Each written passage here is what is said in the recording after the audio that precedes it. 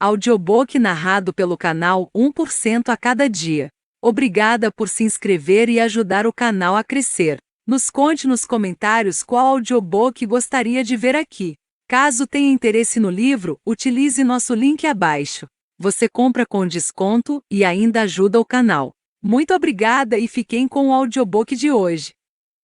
O Monge e o Bilionário. Uma história sobre como encontrar a felicidade extraordinária. De Vibhor Kumar Singh.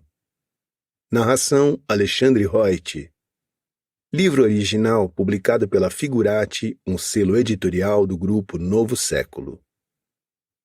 Ao meu falecido pai, Kunwar Onkar Singh, 1950-2013. Que me ensinou a manter o senso de humor mesmo nas épocas mais difíceis. A vida tem sido bela graças a esse ensinamento.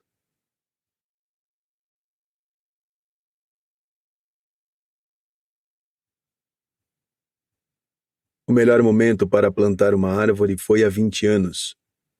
O segundo melhor momento é agora. Antigo provérbio chinês.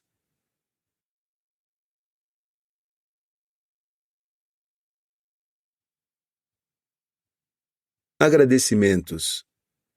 Só quando nos sentamos para escrever um livro, percebemos que um livro é um projeto que exige muito mais do que apenas capacidades criativas.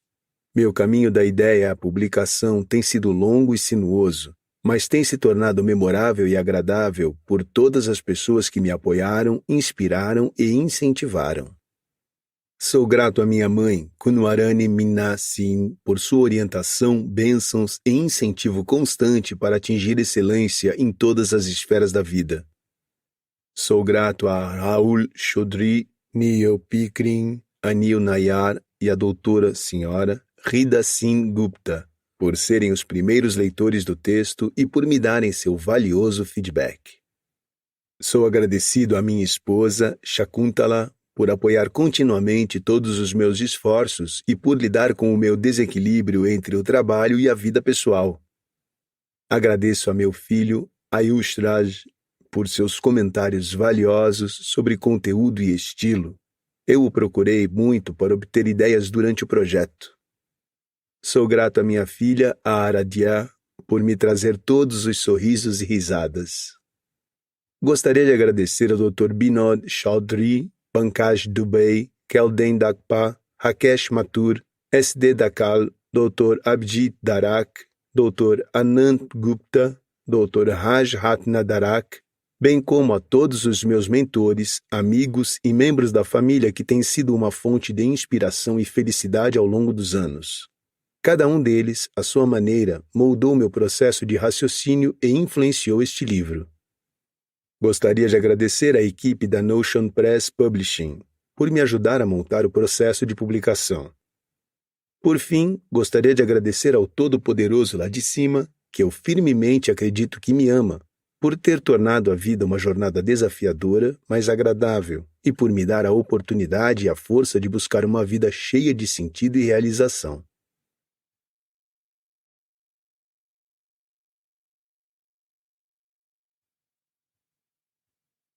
Prólogo.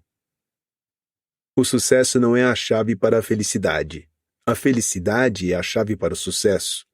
Se você ama o que faz, será bem-sucedido. Albert Schweitzer. Sentado na suíte presidencial com vista para o Central Park em Nova York, o bilionário estava se preparando para a entrevista. Ele estava entre as 2.153 pessoas no mundo chamadas bilionários do dólar, um reconhecimento sincero da conquista e perseverança do ser humano. Ele não tinha herdado o título, e isso o havia tornado mais especial aos olhos do mundo. Em uma única vida, ele havia conquistado riqueza que alguns países demoravam gerações para acumular. Ele tinha orgulho de suas conquistas. A entrevista seguiu da forma esperada. A agência de relações públicas que ele havia contratado era a melhor do mundo e não havia poupado esforços para projetá-lo como um homem humilde, porém ambicioso, um homem comum com grandes sonhos. Alguns o chamavam de touro dos acordos. Abençoado com uma mente aguçada que entendia o mercado de ações sem esforços e exatidão na tomada de decisões e empreendedoras perseverantes, Ele havia liderado um estilo de negócios que era inigualável e imbatível. No entanto, a última pergunta da entrevistadora o deixou inquieto. Apesar de ter respondido com confiança, do jeito de sempre, algo havia despertado dentro dele. A pergunta não fazia parte do roteiro que lhe havia sido entregue mais cedo. Provavelmente, a pergunta foi considerada uma mera formalidade ou um último comentário insignificante. No entanto, para ele, esta última pergunta havia tornado cada aspecto da noite, na verdade, toda a sua vida, irrelevante. "Você é feliz?" a garota tinha perguntado.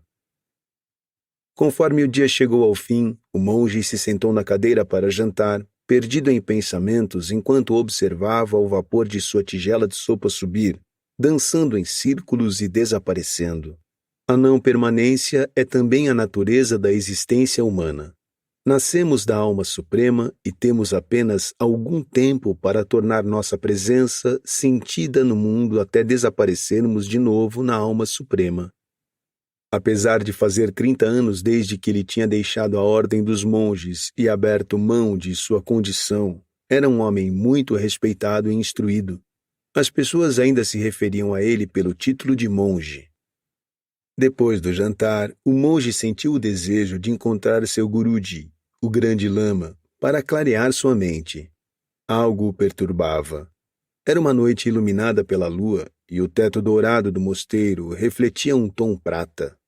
Isso só provava para ele que a perspectiva era mais importante do que a substância. Uma brisa suave trouxe consigo o frio das montanhas.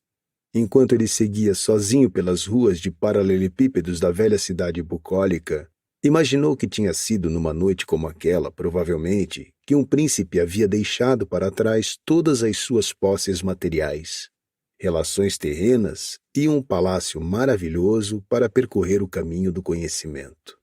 O príncipe nunca mais voltou. Em vez disso, nasceu o grande Buda.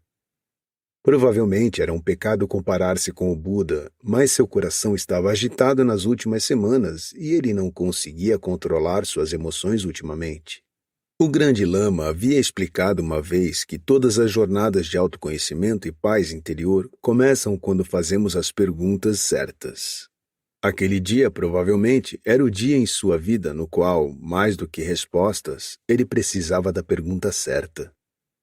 Quando ele virou na rua em frente à casa do grande lama, ficou cara a cara com um grafite no muro. Leu e ficou paralisado. Era seu coração armando um truque ou seria intervenção divina? O monge se virou e voltou para seu quarto sem encontrar o grande lama. Ele havia encontrado sua pergunta. Havia 3 palavras escritas no muro. "Você é feliz?"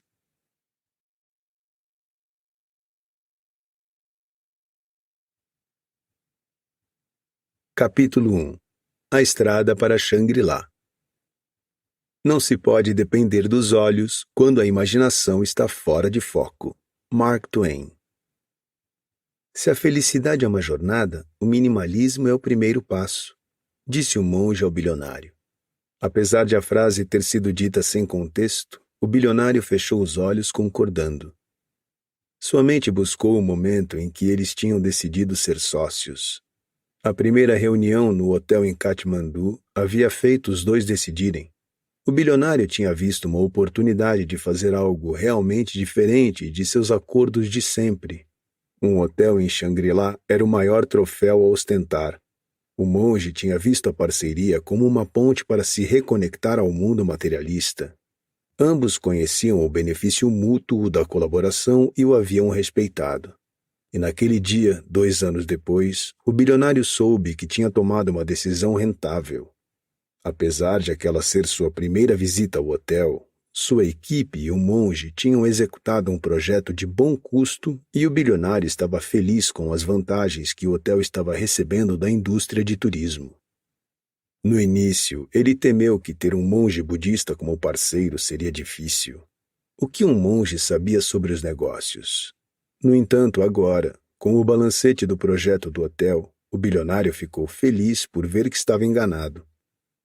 Voltando a pensar na afirmação do monge, o bilionário refletiu que, na infância, O primeiro pensamento que tinha sido colocado em sua mente era associar a felicidade ao acúmulo de bens materiais. Exibir abundância era considerado como a chave para a felicidade em sua sociedade. Esquivar-se da abundância era visto como fracasso. No entanto, em algum lugar de seu coração, ele precisava descobrir como o hábito de juntar e acumular não passava de excesso e um dos obstáculos que o impediam de buscar a felicidade em sua vida. Talvez um monge pudesse ajudar? O minimalismo não é a ausência de ambição. Não é santidade. É uma escolha de vida em que você decide viver com poucas coisas, mas com muito foco. A ideia é que, desentulhando fisicamente, você também desentulhe seus armários mentais, que permanecem cheios de objetos e emoções desnecessários e sem sentido. O monge disse como se tivesse lido a mente do bilionário.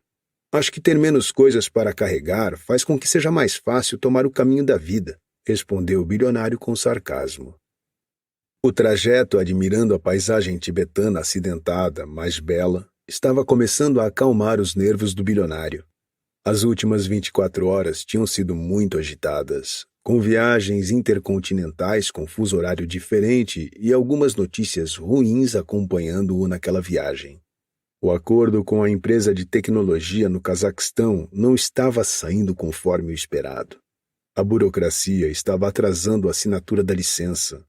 Era preciso molhar algumas mãos, mas o bilionário tinha se recusado a fazer isso.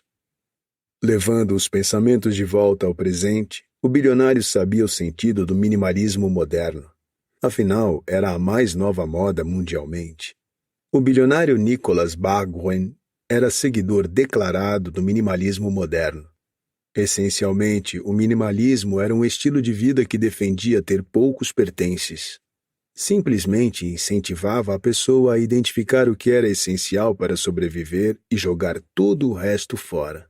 Toda a posse material tinha que justificar sua existência em seu dia a dia. O único problema era que ele pensava no minimalismo como um estilo de vida hippie. Muito mais fácil, sorriu o monge, trazendo o bilionário de volta à discussão. Mas quando você decide ser minimalista na vida, começa a deixar de lado toda a bagagem desnecessária. Começa a ver os verdadeiros objetivos e a sentir a energia para conquistá-los efetivamente. Não é uma desculpa para fugir de suas responsabilidades. Não é uma vida sem ambição. Certamente não é uma desculpa para ser preguiçoso. Você está simplesmente decidindo se concentrar em poucas coisas essenciais e a afastar as distrações. Ao focar sua energia em poucas coisas essenciais, pode afastar as distrações e alcançar a felicidade de uma maneira muito mais eficiente. Pensando bem, o monge estava certo, o bilionário pensou.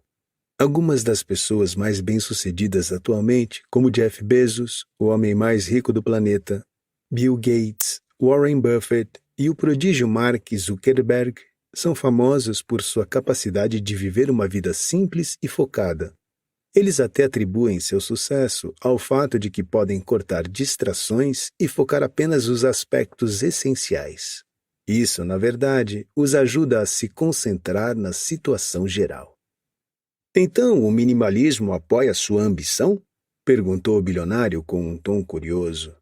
O céu estava começando a ficar cinza, com nuvens ameaçadoras. Raramente chovia nessa parte do mundo, mas a dança das nuvens era sempre teatral. Sim, conforme passamos do aspecto físico do minimalismo à aceitação mental do minimalismo, isso nos dá a liberdade para buscar o que é essencial. A verdade é que o único motivo pelo qual continuamos vivendo com muitas coisas é porque temos medo de abrir mão. Achamos que podemos precisar um dia do que hoje achamos inútil. Nosso medo e insegurança são as principais razões pelas quais relutamos em adotar o minimalismo. Sentimos que a sociedade vai nos julgar, que nossa situação social será manchada e nossa ambição e sonhos morrerão se adotarmos o minimalismo. As últimas frases do monge serviram para ajudar o bilionário a tomar a decisão certa. O bilionário compreendeu e isso causou um sorriso amarelo. Surpreendentemente, uma garoa tinha começado. O monge desceu o vidro das janelas do carro e o cheiro terroso da chuva batendo na terra seca tomou o carro. Era viciante. Engraçado, podemos diferenciar entre nós mesmos com base em países e raças, mas em todos os lugares os cheiros de terra são os mesmos. O bilionário murmurou a si mesmo. O monge ouviu. Sim, os humanos se diferenciam, a natureza não. Então me conte, como você desejaria que eu praticasse o minimalismo sem ter que abrir mão de minha conta bancária? Perguntou o bilionário. A filantropia não era seu forte, e ele não tinha a intenção de doar sua fortuna suada à caridade. O minimalismo não tem a ver com abrir mão de sua conta bancária, amigo. Ele pode aumentá-la, disse o monge com uma piscadinha e um sorriso. Deixe-me repassar os principais componentes de minimalismo como eu os entendo. Acredito que o caminho para a felicidade começa com deixar um pouco de bagagem. No entanto, diferentemente do grande Buda, nem sempre temos que renunciar ao mundo. É neste ponto que meu guruji no mosteiro e eu costumamos discutir. Sou contra a renúncia total e quero encontrar felicidade no mundo, nem sempre longe do mundo. Vejo o minimalismo como o primeiro passo para meu objetivo de felicidade. O monge ficou sério. Tenho estudado e tentado encontrar as respostas para a felicidade por meio do minimalismo. Posso ter chegado a algum lugar, mas não tenho certeza. Talvez possamos unir nossos pensamentos. Por que não pega a agenda de bolso do porta-luvas? Tenho anotado meus pensamentos nela, o monge disse, apontando o porta-luvas. O bilionário encontrou a agenda e a abriu. Na primeira página havia uma foto do Dalai Lama. Como é proibido levar a imagem, a maioria dos tibetanos esconde a imagem de sua santidade entre seus objetos do dia a dia. Na terceira página estava escrito o seguinte: 1. O minimalismo é tanto a bagagem física quanto emocional. 2. O minimalismo físico é o primeiro passo em direção à felicidade mental e emocional. 3. Os seres humanos são engenhosos e podem inovar para viver dentro e fora. 4. O minimalismo melhora a ambição, ajudando-nos a focar. 5. O maior presente do minimalismo é o tempo livre que ele gera e que pode ser usado para irmos atrás do que é importante. 6. O minimalismo faz bem ao planeta. Praticar o minimalismo é nossa maneira de contribuir. 7. Não carregue o peso do mundo em seus ombros. O bilionário releu a página e, depois de pensar, acrescentou o seguinte: 8. Dinheiro economizado é dinheiro conquistado.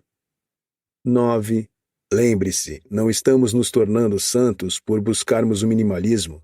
Estamos apenas nos tornando seletivos em nossas buscas e objetivos.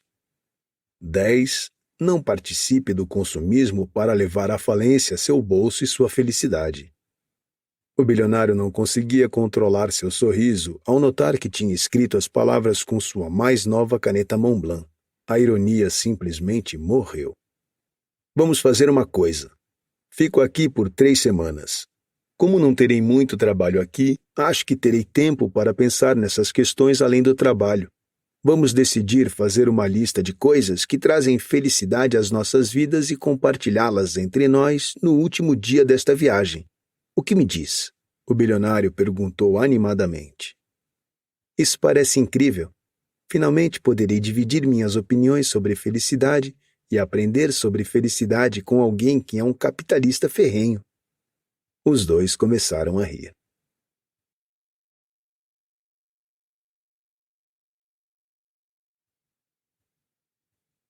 Capítulo 2. Começa com a mente. Para gozar de boa saúde, levar felicidade à família, levar paz a todos, é preciso encontrar disciplina e controlar sua mente.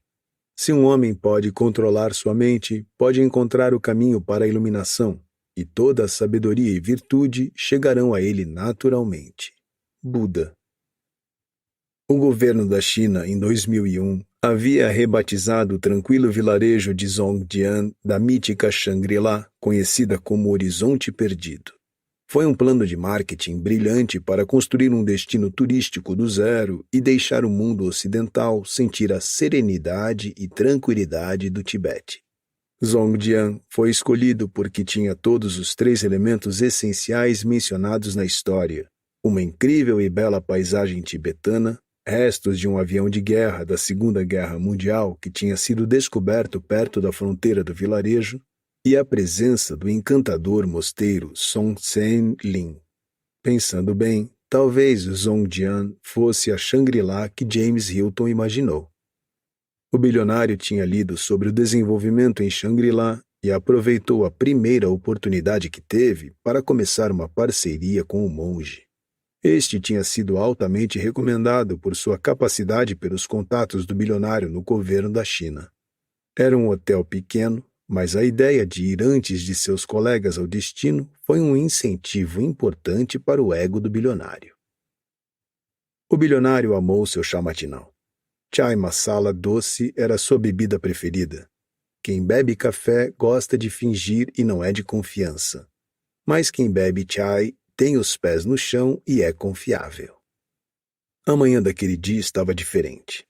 Agora que ele tinha começado a olhar para o mundo pelas lentes do minimalismo, a beleza na leveza da vida ficou evidente para ele. Ele acreditava que a mente humana era a ferramenta mais poderosa que está dentro de nosso controle. O bilionário sabia que, cientificamente falando, o cérebro controla nosso bem-estar emocional por meio da liberação de neurotransmissores como dopamina e serotonina, que são responsáveis pela emoção de felicidade que sentimos. Além disso, todos os sentimentos, como medo, ansiedade, dor e depressão, nascem na mente e podem ser mortos na própria mente. O poder de pensar, imaginar, decidir e agir está dentro do ardil da mente. Em virtude desse papel fisiológico essencial, nosso quociente de felicidade está relacionado a nosso estado mental. Mas o conhecimento não é fácil de acompanhar. Depois da discussão do dia anterior, ele viu a importância de desentulhar seu espaço mental e substituir o acúmulo por um espaço de felicidade para alcançar alegria e felicidade duradoura, um espaço tão sereno quanto aquele que ele tinha construído em Shangri-La. Você dormiu bem? A pergunta do monge tirou o bilionário de seus pensamentos. Espero que o quarto esteja aquecido. Sim, foi ótimo. Os suíços fizeram um ótimo trabalho com o aquecimento do piso. Vou enviar um e-mail ao meu escritório hoje à tarde mesmo para escrever uma carta oficial de agradecimento ao outro CEO. Mas acabei pensando em nossa conversa de ontem sobre minimalismo. O minimalismo é bom, mas eu acho que são necessárias mais variáveis para deixar as pessoas felizes na vida. Afinal, se a felicidade estivesse apenas no minimalismo, o mundo pararia. Nenhum progresso material para a humanidade tomaria forma. Faz sentido o que estou dizendo? O monge não esperava que um bilionário pensasse em minimalismo logo cedo. Mais anos lidando com mentes questionadoras fizeram com que ele entendesse os pensamentos na mente do bilionário. Concordo. A felicidade é mais do que apenas o minimalismo. Semana passada mesmo, conheci um fascinante casal de idosos norte-americanos que compartilharam comigo alguns insights muito profundos sobre o que aprenderam na vida. Vamos falar sobre isso no café da manhã? Tanto o bilionário quanto o monge apreciavam um café da manhã farto. Como ambos vinham de juventudes muito sofridas, eles consideravam isso um luxo. Por isso, o café da manhã sempre era uma refeição bem feita. O senhor e a senhora Fanning são empresários de primeira geração, como você, e têm alguns poços de petróleo no Texas. Eles provavelmente têm 70 e poucos anos e estavam aqui para comemorar o aniversário de 40 anos de casamento. O que me atraiu neles foi a aura de felicidade que emitiam. Além disso, a disciplina que eles mantinham mesmo nessa idade era impressionante. Parecia que eles tinham todas as atividades planejadas dentro de um cronograma, fosse o entretenimento ou as refeições. Eles aproveitavam, mas nunca exageravam, se posso dizer isso. Então eu perguntei ao Sr. Fanning como ele fazia para manter sua disciplina e ainda ser feliz. A felicidade começa com a definição dos seus objetivos e o ritmo de sua vida de acordo, ele comentou. Definir seus objetivos. Um passo essencial em direção à felicidade é trazer foco a seus pensamentos. Lembre-se, aquilo a que você dá atenção cresce. Assim, é imperativo que você saiba para onde está indo antes de começar a trilhar o caminho para a felicidade. Retire toda a confusão e a substitua por objetivos bem definidos. Ele me explicou o jogo do padrão do objetivo do fim de semana, que ele adora dividir com as pessoas. É algo assim. Sexta-feira. Um pouco antes de dormir, pense em silêncio e escreva os 20 objetivos mais importantes que você quer alcançar. Categorize-os como quiser: objetivos materialistas, profissionais, sociais, físicos e emocionais, se quiser. Você deve anotar esses objetivos com honestidade e sinceridade. Coloque esse pedaço de papel embaixo de seu travesseiro e deixe os objetivos serem o último pensamento a ocupar sua mente antes de dormir. Sábado. Quando acordar, apague 5 dos objetivos menos essenciais da lista. A eliminação não tem que ser categorizada. Os 5 objetivos menos importantes na lista são deletados. Durante o dia, pense nos objetivos e também pondere se você precisa adicionar algo. Mais tarde, à noite, quando estiver em paz consigo mesmo, apague mais 5.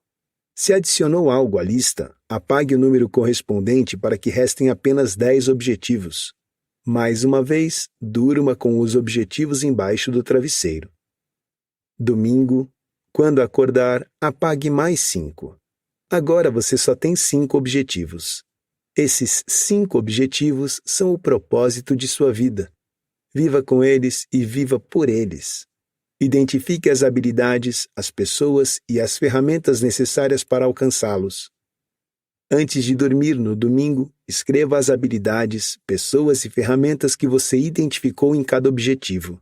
Coloque essa lista final de objetivos e o caminho em direção a eles embaixo do travesseiro e durma com a satisfação de que você começou a viagem mental para alcançar a felicidade.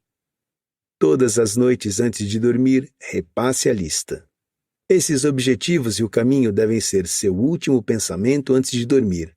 Aos poucos, a mente filtrará todas as outras ideias e seu foco nesses objetivos será visível em todas as suas ações. Quando começar a fazer isso, passe para o próximo passo, que é viver seguindo uma lista de afazeres. O monge fez uma pausa para tomar um gole de seu chai. Eu também gosto de seguir uma lista de afazeres, interrompeu o bilionário. O entusiasmo para dividir seus pensamentos era infantil. O benefício produtivo de fazer uma lista de afazeres é muito grande. É uma ferramenta essencial que nos ajuda a remover o mundano e a focar o necessário. Uma lista de afazeres é mais bem preparada se for feita de manhã, para que você possa planejar seu dia de acordo com ela.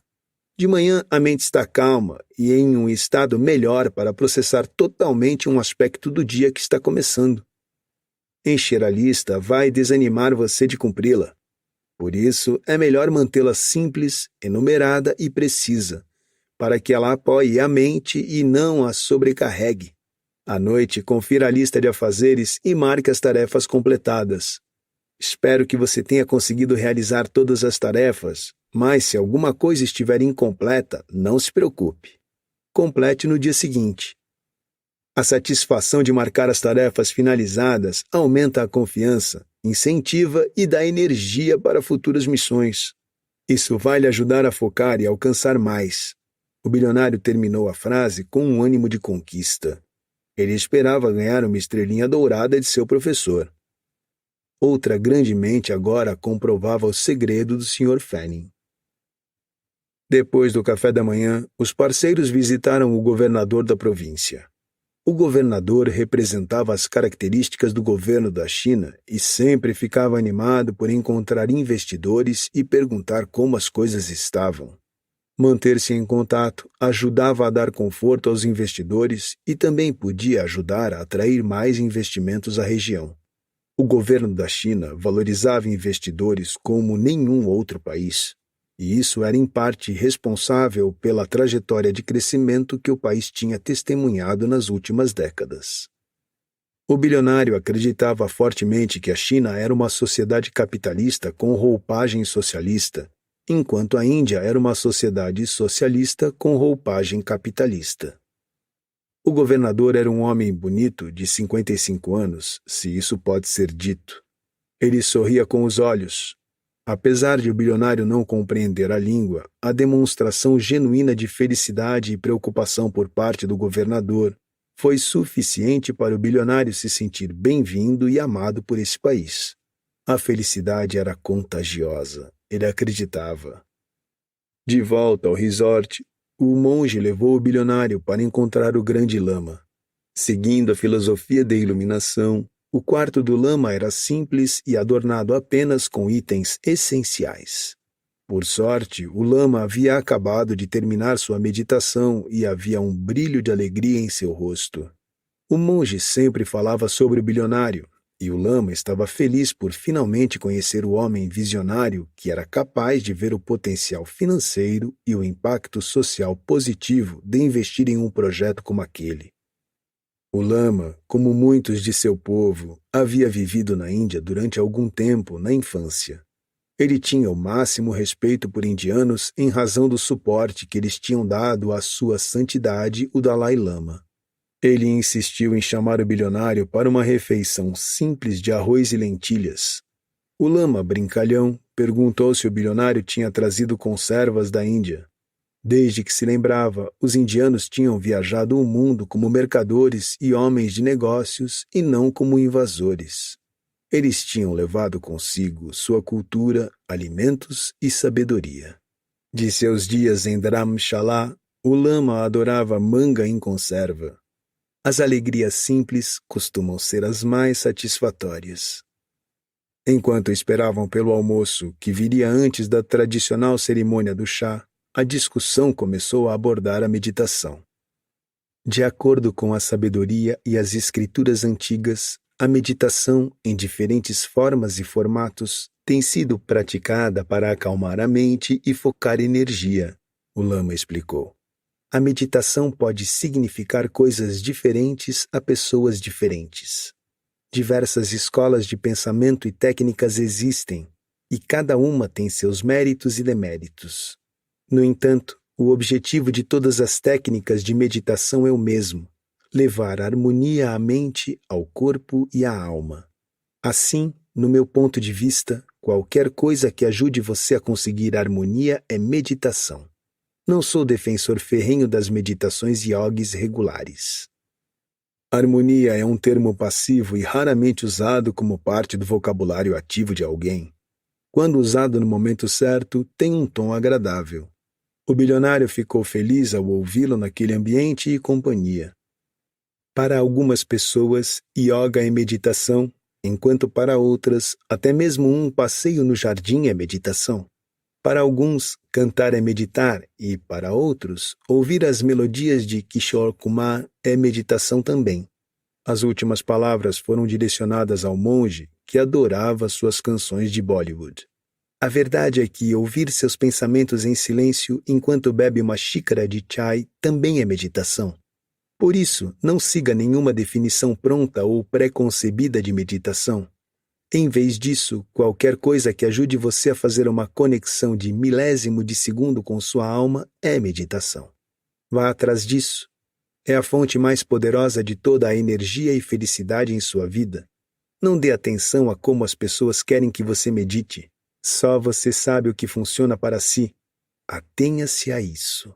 O lama sorriu e apontou a tigela fumegante de arroz e dal, que tinha sido colocada na frente de cada um deles. A explicação de meditação do lama fez sentido ao bilionário. O bilionário nunca tinha conseguido se sentar em uma posição ideal e meditar. Por mais que ele tentasse, sua mente hiperativa sempre vagava. Mas se a definição dada pelo lama estivesse certa, ele meditava todos os dias quando tomava sua xícara de chá. Seu momento de chai era o momento que ele tinha para si mesmo. Era sua meditação. Como o lama sabia? Coincidência ou orientação divina? O bilionário sabia que o caminho para a felicidade tinha começado a se revelar.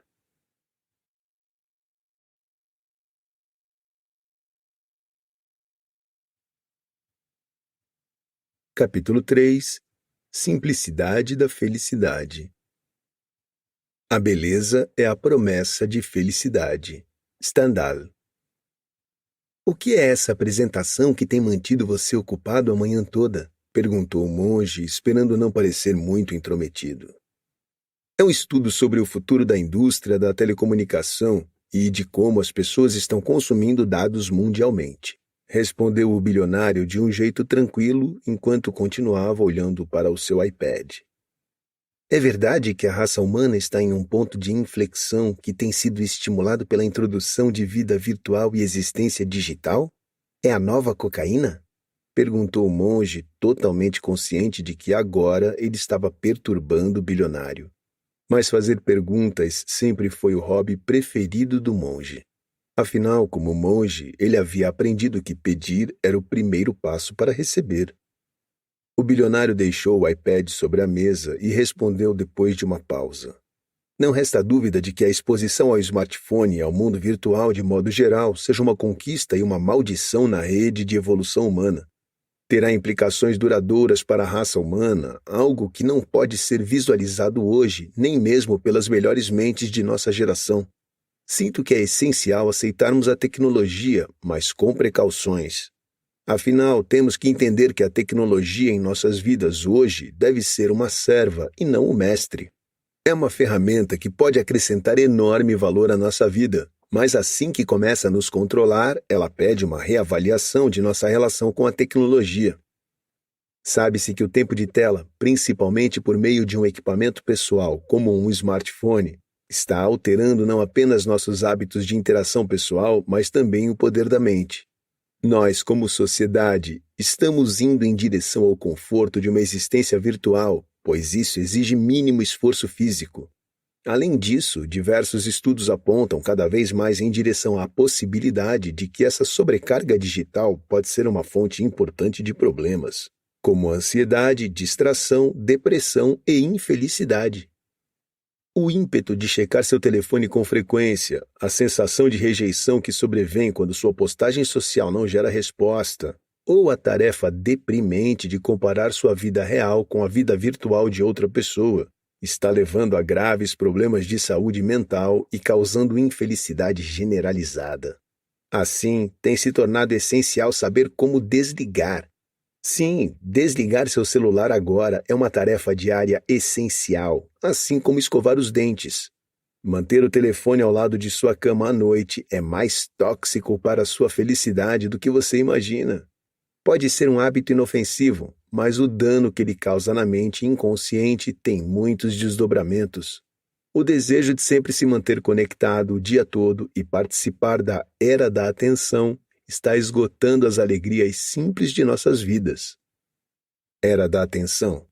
O monge já tinha ouvido falarem sobre a Idade da Pedra, a Era do Ferro, a Era Industrial e, de certo modo, até mesmo da Era Capitalista, mas estava ouvindo o termo Era da Atenção pela primeira vez. No entanto, o contexto no qual aquilo havia sido dito foi facilmente compreendido por ele. No entanto, praticar o distanciamento das telas é mais difícil do que parece, interrompeu o monge, brincando e apontando o iPad do bilionário. Isso só prova o que eu quero dizer, riu o bilionário.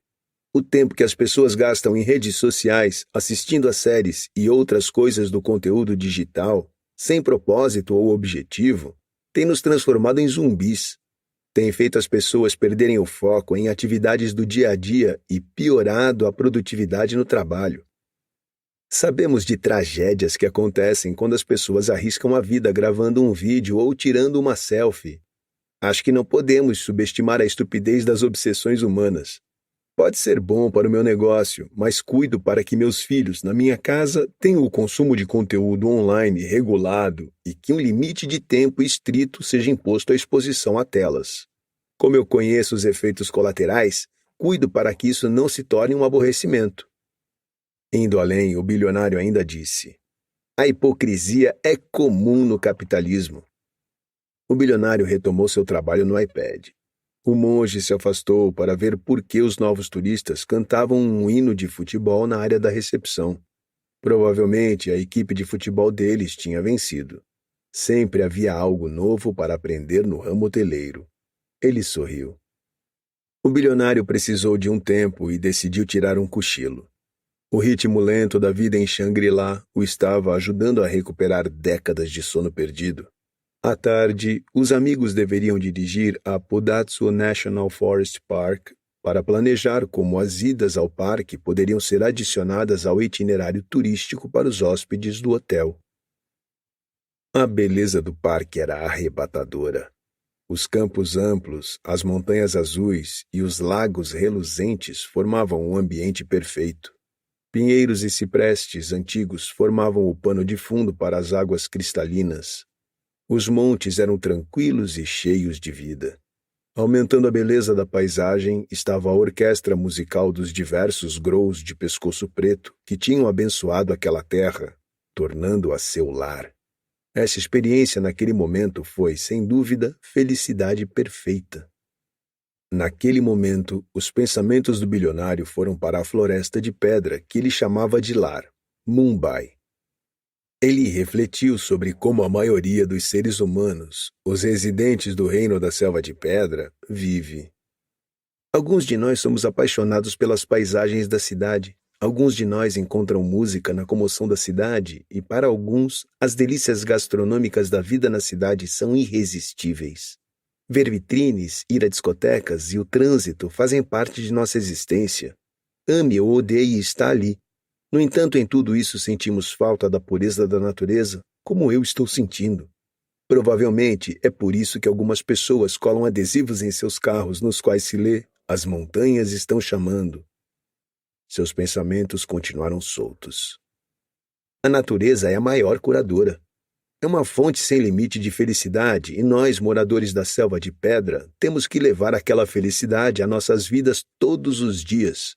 Respirar a natureza e não as representações cosméticas deve ser incorporado em nosso estilo de vida por meio do design e de arranjos.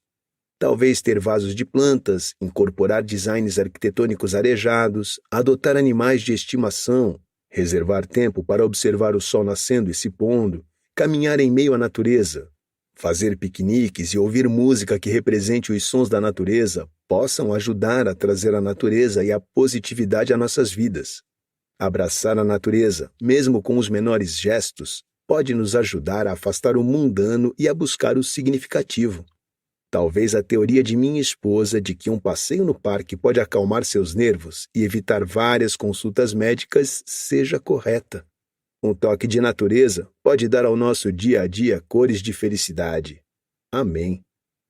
Conforme seus pensamentos se manifestaram, ele percebeu que a simplicidade daquelas ideias era fortalecedora. Sem esquecer que o escapismo por meio das viagens e do turismo é uma indústria bilionária no mundo todo, o bilionário e o monge fizeram um brinde a seus investimentos no turismo. O percurso de volta ao resort foi feito em silêncio. A felicidade e a beleza, às vezes, podem ser mais bem aproveitadas em silêncio solitário.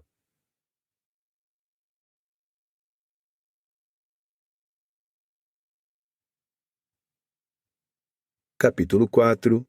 O jogo da não-culpa. A maioria das pessoas é tão feliz quanto decide ser. Abraham Lincoln. O monge estava agitado, na verdade, algo bem atípico para um monge, logo cedo. Alguns hóspedes tinham desaparecido com pertences valiosos do hotel quando fizeram o check-out, horas antes. Malditos ladrões. Tinha sido um erro concordar com seu amigo agente de viagens que havia registrado o grupo. O monge quis dizer não, mas o medo de perder a aprovação social o impedira e agora ele estava pagando o preço. O gerente do hotel estava espumando de raiva enquanto o monge o pressionava com ofensas. O bilionário havia acabado de beber seu chai da manhã e cuidadosamente observava seu companheiro culpar e desrespeitar os funcionários do hotel. Ele compreendia a frustração, mas ver um monge agitado era como testemunhar um oxímoro ganhar vida. O bilionário pensou que, pela primeira vez, era sua vez de ensinar algumas lições a seu companheiro sobre felicidade, que o bilionário tinha aprendido com os mistérios da vida. Você sabe que ser grato e não culpar são essenciais para alcançar a felicidade na vida, comentou o bilionário, indo direto ao ponto enquanto seus sócios se sentavam para tomar o café da manhã. Apesar de o monge já estar mais calmo, as lembranças da discussão da manhã ainda eram evidentes em seu rosto. Pode acreditar em mim, mas quando nos esquecemos dessas duas doutrinas, a vida de repente começa a piorar. A maioria das pessoas concorda que passamos muito tempo pensando em todas as coisas boas que poderiam ter acontecido em nossa vida, mas não aconteceram, por causa de alguém ou alguma coisa. Podem ser as ações de um colega, um acontecimento de infância, uma escolha de carreira ou uma decisão de investimento que não fizemos. A verdade continua: o passado não pode ser desfeito. Não há vingança, oração, remorso ou atitude remediadora que possa consertar o passado. O que se pode ajustar são as consequências atuais do passado. Além disso, é libertador saber que você, e somente você, tem o controle sobre sua vida. Essa compreensão é essencial para ser feliz. No momento em que você começa a culpar os outros pelo estado das coisas em sua vida, está cedendo o controle e entregando seu direito de ser feliz. Quando você assume responsabilidade por suas atitudes, mesmo que terminem sendo desastrosas, elas oferecem a você uma oportunidade de aprendizado. No entanto, quando você começa a fazer o jogo da culpa, sua mente fica mais preocupada em montar uma lista de culpa e deixa de processar as lições que poderiam ter sido aprendidas com o desastre. Assim, é essencial parar de culpar. Costuma-se dizer, e eu concordo totalmente, que se todos nós colocássemos nossos problemas sobre a mesa e os comparássemos com os dos outros, a maioria de nós ficaria feliz por ter os próprios problemas.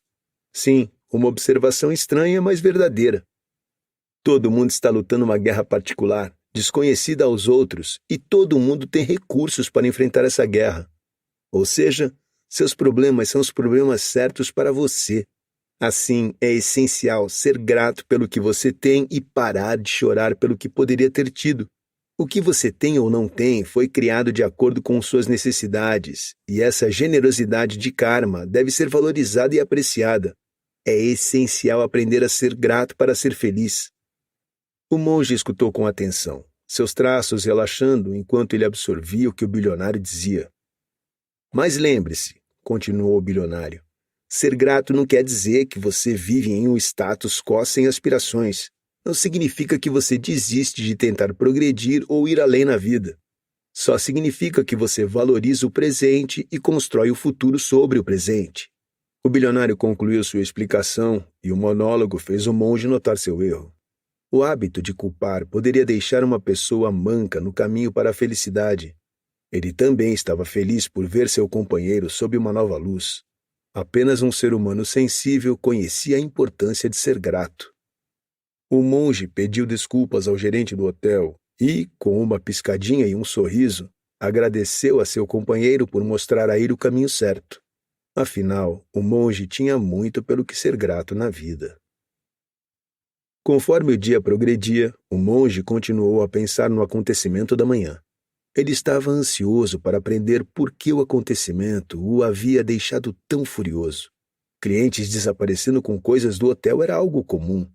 Então, o que o havia levado a ter essa reação extrema dessa vez? Ele precisava entender o motivo real por trás de sua ira. Talvez uma conversa rápida com seu guruji ajudasse. O lama ouviu a narrativa do monge a respeito dos acontecimentos da manhã. A inocência do monge de repetir as ofensas que ele havia verbalizado aos funcionários do hotel fez o lama sorrir. Algumas das ofensas fizeram com que ele se lembrasse dos bons dias em Dharamshala, onde os turistas de Delhi usavam impropérios à torto e à direito, mas tudo na brincadeira. Quando o monge terminou de narrar o acontecimento, o lama tinha compreendido a causa de sua agitação. Agora que você decidiu voltar ao mundo comercial, o lama disse com uma voz suave, mas firme, você precisa entender a característica mais importante para o sucesso e a felicidade na vida. Precisa aprender a dizer não. O lama parou para olhar o pássaro que havia acabado de pousar na janela. Ele também tinha chegado ali para ouvi-lo falar. Muita infelicidade em nossa vida é criada porque não aprendemos a dizer não. A maioria de nós tem medo de dizer não para as pessoas, situações e relacionamentos, porque teme o boicote social, a privação econômica ou simplesmente a mudança. Somos levados a acreditar desde a infância que dizer sim é a chave para o sucesso e a felicidade, pois isso abre portas. O que não nos ensinam é que dizer não significa necessariamente perder oportunidades. Simplesmente significa que, depois de ter analisado uma situação da melhor maneira e do melhor ponto de vista, se você sentir vontade de dizer não, diga e haja de acordo com essa decisão. Não deixe que ninguém nem nada o perturbe para dizer sim quando você não quiser. Fazer algo apenas para agradar a alguém é uma forma perigosa de agradar e deve ser rejeitada sob qualquer circunstância. Sua mente e seu coração estão agitados porque você disse sim, apesar de dever ter dito não. A tragédia humana está no fato de que construímos relacionamentos, carreiras e situações com base em um sim relutante. Essa situação que criamos apenas porque não conseguimos dizer não sempre começa a se distorcer em nossas vidas. Então, um relacionamento que merece um não pode permanentemente fechar a porta a outro relacionamento que merecia um sim. Uma carreira sem alegria pode matar um talento brilhante e assim por diante. Se você olhar ao redor, diversas vidas são vividas em infelicidade apenas porque não tiveram a coragem ou a orientação de dizer não. Você deve a si mesmo dizer não quando for preciso. Até mesmo os 3 macacos do Mahatma tinham a ver com a prática do poder de dizer não. Dizer não pode trazer dor temporariamente, mas a felicidade de desentulhar sua vida será muito superior a qualquer dor. O lama ficou em silêncio depois do sermão a seu discípulo. Ele olhou para o pássaro, que parecia reconhecer o recebimento desse conhecimento divino, e depois do que pareceu uma reverência de agradecimento, o pássaro voou. Talvez esse conhecimento o ajude na próxima vida. O lama sorriu.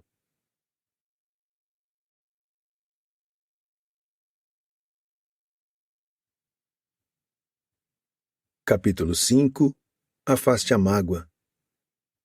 Uma coisa boa da música é que, quando ela bate, você não sente dor. Bob Marley.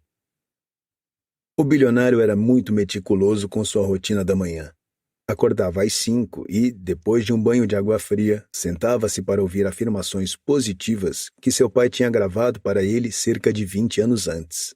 Era um presente valiosíssimo. O bilionário brincava com seus amigos, dizendo que sua saúde era provavelmente seu pior investimento. Ele não praticava yoga nem qualquer outro exercício físico e ficava satisfeito com exercícios mentais. Ele costumava, segurando sua xícara de chai, visualizar mentalmente o dia à sua frente e o planejava. Ele acreditava fortemente no poder de visualizar objetivos e desafios. Em casa, ele gostava de fazer trabalho comum, como jardinagem e preparar o café da manhã de seus filhos pela manhã. Ele estava começando a entender que aquela provavelmente era sua meditação.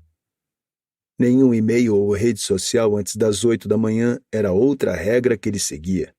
Ele estava orgulhoso porque, mesmo no frio do Tibete, conseguiu continuar tomando seus banhos de água fria.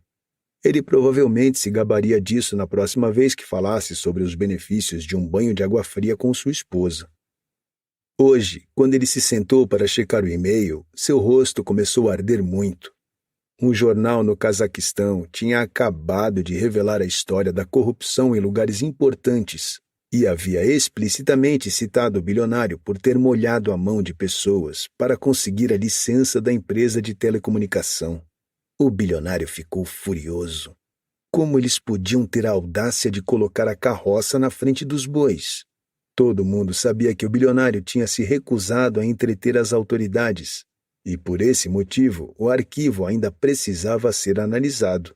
E agora ele estava sendo culpado por algo que não tinha feito.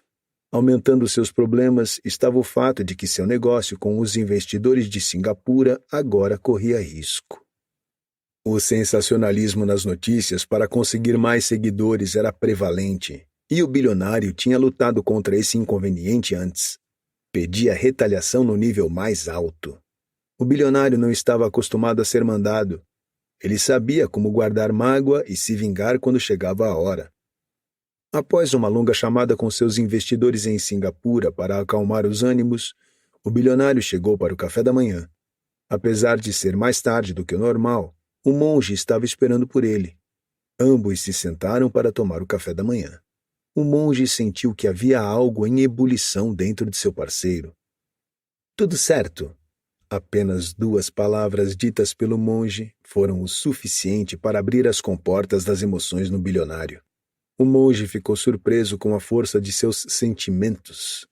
Ele agora estava ouvindo uma explosão de emoções, diferentemente do dia anterior, quando ele foi à fonte e os funcionários do hotel o receptor. O karma não demorava a responder. Eu vou processá-los de todos os jeitos possíveis. Eles não sabem com quem brincaram desta vez, disse o bilionário. Em virtude do estado das questões emocionais, o monge decidiu adiar a visita ao mosteiro Songtsen, que estava agendada para aquele dia. Uma pena, porque aquele era o último dia antes de o lama entrar em silêncio. Ele havia concordado em passar um tempo com o bilionário.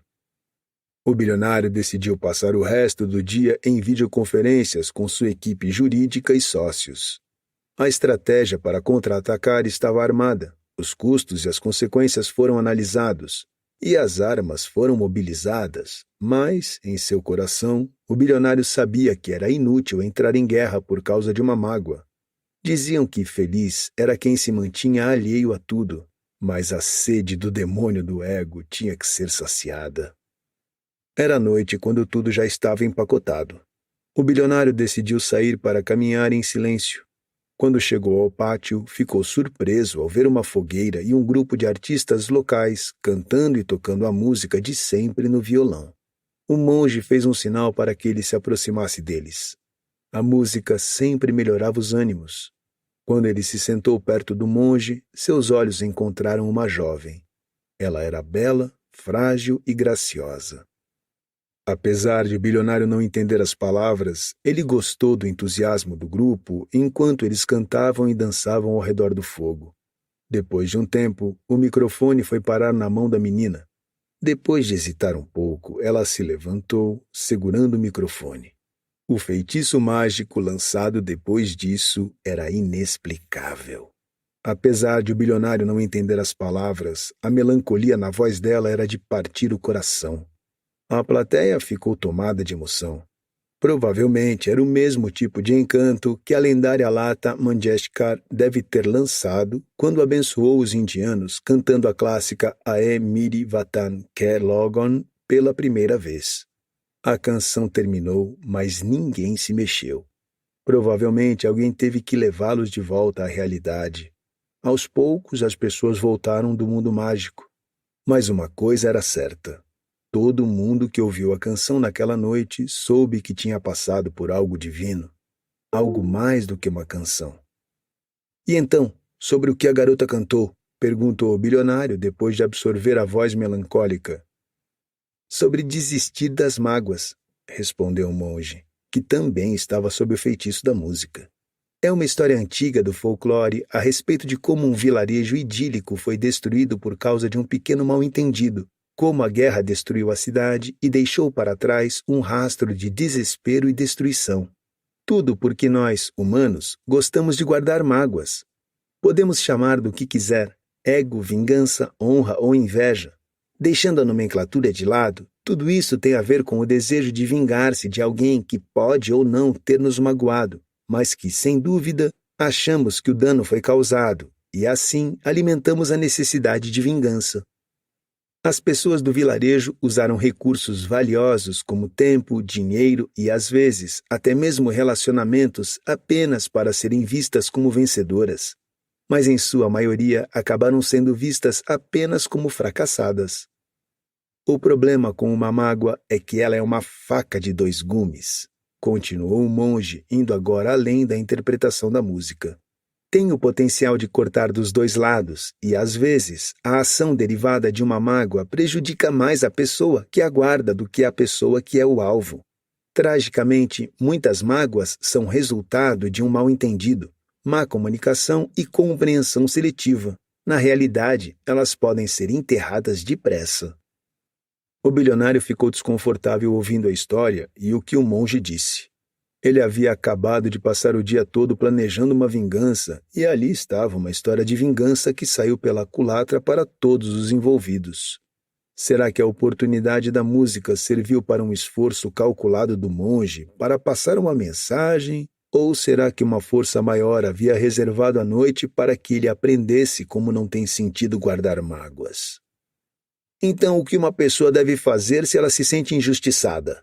Perguntou o bilionário com sinceridade na voz.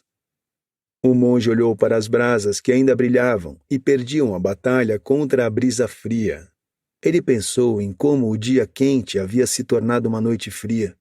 O Tibete era provavelmente uma das poucas maravilhas geográficas onde, em um único dia, era possível sentir os extremos de temperatura de 35 graus Celsius e menos 17 graus Celsius, tudo em 24 horas. Depois de pensar no assunto, o monge disse com autoridade: aprenda a perdoar e esquecer. Sacrificar a felicidade do presente para trazer uma parte do passado ao futuro não vale a pena. A vida é curta demais para guardar mágoas. Os jornais estão cheios de histórias trágicas de pessoas e famílias destruindo suas vidas e vivendo para se vingar por causa de uma mágoa. É preciso se lembrar que perdoar não é uma fraqueza. Mas, ao mesmo tempo, é preciso ser corajoso o suficiente para esclarecer e procurar explicação para as atitudes ruins de outra pessoa. Não acredite em fofoca. Fale o que pensa a pessoa. Você ficará surpreso ao ver como o diálogo pode resolver os dilemas mais desafiadores. Não permita, incentive, nem faça fofoca. Sua vida é valiosa demais para ser uma caixa de mágoas. Além disso, é preciso aprender a se desculpar. Nunca aconteceu algo de mal por alguém estar errado e reconhecer. Não é vergonhoso se desculpar se as coisas puderem ser acertadas desse modo. O diálogo e a conversa são bem mais eficazes e eficientes do que o litígio. O dinheiro, o tempo e a ansiedade gastos no litígio apagam quaisquer ganhos que possam ocorrer. E, por fim, desenvolva o senso de humor. Às vezes, ignorar ou rir dos comentários ruins das pessoas pode evitar muito estresse. A verdade é que muitas pessoas não querem dizer o que dizem, ou talvez apenas dizem por estarem afetadas por algo e não querem causar mal. Se você começar a levar a sério tudo o que as pessoas dizem, será difícil viver. Aprenda a ignorar. O monge tinha umas cartas na manga sobre questões mundanas. O bilionário brincou, fingindo que tirava o chapéu para reconhecer a profundidade da sabedoria do monge. Os tribunais do Cazaquistão ficariam bem com um processo de litígio a menos.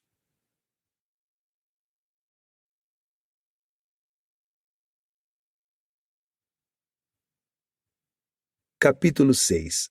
Corpo saudável, corpo feliz. Eu ouvi uma definição certa vez. A felicidade é a saúde e uma memória curta. Gostaria de ter inventado isso, porque é muito verdadeiro. Audrey Hepburn. Já tinham se passado 15 dias em Shangri-La e o bilionário tinha se adaptado bem. Como havia Wi-Fi e uma mesa de trabalho em sua suíte, ele conseguiu comandar seu império do conforto de seu quarto. O corpo também tinha começado a reagir de modo positivo ao ar puro, à comida simples e às caminhadas longas e regulares. Meu corpo estava começando a envelhecer ao contrário, pensou o bilionário. Por ser uma noite de terça-feira, o hotel estava silencioso. Menos hóspedes e a folga dos funcionários resultaram em uma área de recepção vazia. O bilionário e o monge se sentaram ali para passar o tempo, como dois universitários conversando sobre nada. Parecia a juventude tranquila deles. Olha, você está bem mais em forma agora, parceiro, comentou o monge. Eu sei. Hoje de manhã mesmo eu notei minha barriga menor. Minha dor nas costas também está melhor agora. Espero poder voltar a andar de bicicleta como fazia na época da faculdade quando voltar para casa, disse o bilionário de modo brincalhão. Você sabe que damos muita atenção à saúde em nossa vida de monge. Uma voz suave disse, unindo-se à conversa. O lama havia se aproximado para ver seus alunos, que estavam realizando as aulas de pintura Tanka para os hóspedes na propriedade, e tinha notado os parceiros relaxando, então decidiu se unir a eles. Às vezes, há energia divina em não fazer nada. Nós, budistas, consideramos este corpo um empréstimo, e é nossa responsabilidade mantê-lo saudável para a alma poder morar dentro dele. Não restam dúvidas de que um corpo saudável pode ser um ingrediente essencial no coquetel de felicidade da vida. O lama disse delicadamente ao sentar-se na cadeira vazia ao lado da lareira. Você vai se lembrar em um dia em que seu corpo estiver mal, quando seu ânimo estiver baixo e o coração deprimido. Essa simples experiência é suficiente para reconhecer que não estar saudável torna difícil estar feliz. É necessário, assim, reconhecer e valorizar um corpo saudável para seu quociente de felicidade e tratar o corpo do jeito certo. O grande lama estava sendo coerente. Um corpo saudável deixa a pessoa feliz. Acreditamos que o corpo saudável é resultado de 3 aspectos básicos: nutrição, exercício e descanso. Todos os 3 elementos desempenham um papel essencial em manter e melhorar sua saúde. Nenhum componente por si só é suficiente, e os 3 aspectos devem ser equilibrados para um corpo saudável e feliz. Você deve ter ouvido falar do nutricionista americano Victor Lindlar, que, nos anos 1920, deu ao mundo ocidental a frase "Você é o que come". Significa que a comida que você come define seu bem-estar físico e mental.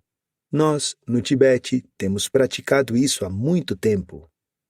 Essa frase é mais relevante nesta era porque estamos cercados por escolhas de alimentos que provavelmente nunca antes estiveram disponíveis para a raça humana. Pela primeira vez na história humana, nossa civilização come pelo prazer de fazer uma refeição e não pelas necessidades do corpo. Diferentemente de nossos ancestrais, que provavelmente caçavam para almoçar, apenas abrimos uma embalagem e pronto, o almoço está servido. No entanto, comer não é a mesma coisa que alimentar o corpo. O corpo humano tem suas necessidades bem definidas que são necessárias para uma vida saudável. Privar o corpo da nutrição pode ter efeitos colaterais sérios. Quando você começa a comer bem, vai ver que isso se manifesta de forma positiva tanto em sua felicidade emocional como em seu bem-estar físico. O segundo aspecto de um corpo saudável é o exercício físico. Hoje em dia, as pessoas levam um estilo de vida sedentário. O acesso fácil a máquinas e equipamentos tem reduzido grande parte da carga física de nosso dia a dia. Até mesmo os monges começaram a dirigir SUVs. O lama olhou de novo para o monge com um sorriso brincalhão. Apesar disso ter permitido e melhorado nossa capacidade de fazer o trabalho mental, o corpo ainda precisa de atividade física. Diversos estudos científicos têm mostrado que existe uma forte correlação entre exercício físico e felicidade. Está cientificamente provado que o exercício aumenta as endorfinas e outras substâncias do cérebro que causam bem-estar. Também reduz os níveis do hormônio do estresse, chamado cortisol. Até mesmo pequenas quantidades de exercício físico podem ter efeitos curativos significativos na doença mental, como depressão, ansiedade, estresse e outros problemas emocionais. Até mesmo 10 a 15 minutos de exercício estruturado, como yoga ou caminhada longa, são um bom começo. Por fim, um bom sono é importante para o corpo. Nossos maiores professores costumam dizer: o sono é a melhor meditação. O lama fechou os olhos em reverência, pensando em sua santidade. Como usar o nome do Dalai Lama podia causar problema, o lama não disse quem era o dono das palavras de ouro, mas todo mundo sabia do amor do Dalai Lama por dormir. Nosso sono tem um efeito direto em nossa saúde física e mental. O descanso é uma parte essencial de definir nosso bem-estar físico e psicológico. É o modo que a natureza tem de reparar nossa estrutura física.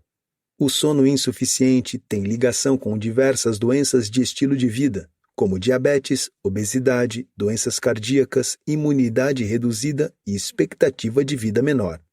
A falta de sono rapidamente tem se tornado uma crise silenciosa de saúde pública. A ideia de ignorar o sono para ir atrás das coisas com que sonhamos está ficando perigosa. A precisão científica com a qual o lama falava teria sido aceita em qualquer conferência médica. Alguma dica para um sono bom, Guruji? Perguntou o bilionário. A menos que você tenha chegado ao estágio que exige intervenção médica, e nesse caso você deveria consultar um médico, os truques para um bom sono são bem simples. Tenho certeza de que seu parceiro sabe muito sobre eles. Ele provavelmente é um PhD no assunto, brincou o lama. O monge sorriu. Aqueles que pratico são bem simples. Ter uma programação regular de dormir-acordar. Dormir quando você estiver exausto, para evitar ficar se revirando na cama. Antes da hora de dormir, fazer exercícios de mindfulness, como tricotar, pintar ou ler. Evitar alimentos prejudiciais e bebidas que contenham cafeína, álcool, bem como evitar a nicotina. Tornar seu quarto um local confortável para dormir. Evitar pensar em questões que despertem sua ansiedade. Evitar olhar para a tela de seu telefone antes de dormir. De modo geral, a ideia é ajudar seu corpo a relaxar e a manter o relógio do corpo, de modo a facilitar o sono. Depois de uma breve pausa, o lama levantou de onde estava, mexeu na lenha da fogueira e, olhando para o bilionário, concluiu a discussão com um comentário que despertou algo no bilionário. Por fim, lembre-se sempre que ninguém pode adotar sua dor corporal e doença. O avanço da medicina e o dinheiro só podem aliviar sua doença e dor, podem prolongar sua vida, mas a agonia da doença e sua infelicidade são suas. A família e os amigos podem ser solidários, oferecer apoio moral e emocional, mas nenhum deles pode substituir seu corpo pelo corpo saudável deles. Lutar contra uma doença é sempre uma batalha solitária e infeliz. Apesar de as palavras terem sido ditas no tom suave de sempre do lama, o silêncio da área da recepção fez com que elas ficassem altas o suficiente para que até mesmo a moça da recepção as ouvisse e entendesse. Outra pessoa, inesperadamente, havia se beneficiado da sabedoria do lama. A partir daquele dia, o bilionário acrescentou 30 minutos de exercícios físicos à sua rotina da manhã e prometeu seguir os rituais de sono.